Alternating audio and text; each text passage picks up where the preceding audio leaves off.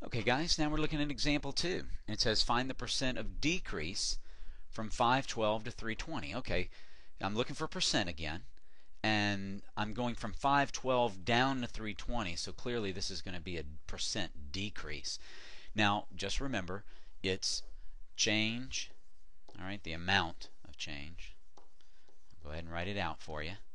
Amount of change is equal to the percent over 100 of the original. Okay, now I need to, there we go, make that equals. Alright, I need to find out how much is the amount of change. So I'm going to do that just subtracting. I'll go right under here and I'm going to say 512 minus 320 just to find the difference between the two. That's 2. I'll borrow from the 5 and make it 4. This is 11, 9, and 1. Okay, so the amount of change is 192. So let me set up my proportion over here to the right. I'll fill it in. The amount of change is 192. The percent I don't know, so I'm going to put X there, over 100. And the original, now be careful. Original doesn't mean bigger or smaller.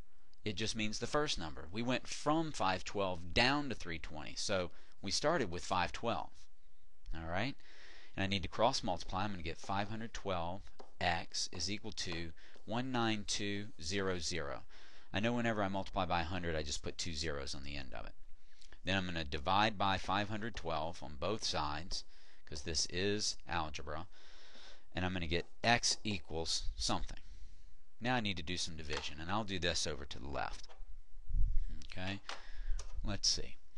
512 into 19,200.000, because I'll round to the nearest 2 places behind the decimal point. But remember, x stands for a percent. I don't need to change it.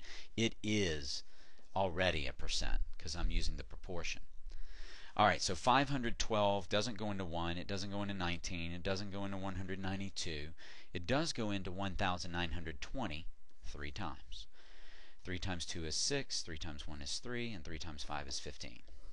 Now I subtract. I need to borrow. I'm going to get 10 minus 6 is 4. I need to borrow again. I've got 8. 11 minus 3 is 8. And then 18 minus 15 is 3. Okay. Then I'm going to bring down my 0. Let's do this again. 500 goes into 3,500 7 times. So then I'm going to try that, see if that works. 7 times 2 is 14. Carry my 1. 7 times 1 is 7 and 1 is 8. 7 times 5 is 35. Good. So now let me subtract. I need to borrow. That's a 3 and that's a 10, so 6. Now I need to borrow again. And that's 13 minus 8 is 5, and that became a 7. I don't know if you can see it, but 37 minus 35 is 2. And I'm going to bring down the next 0. Alright. Now I'd say 500 into 2,500 goes 5 times, so let's just try that. 5 times 2 is 10. Carry the 1. 5 times 1 is 5 and 1 is 6. 5 times 5 is 25, and I get 0 left over. Beautiful. So remember, I told you earlier, we're using the percent proportion, so the x is already in percent form. So I don't need to move any decimal points. It's 37.5% decrease because it went down. Alright. Well done, folks.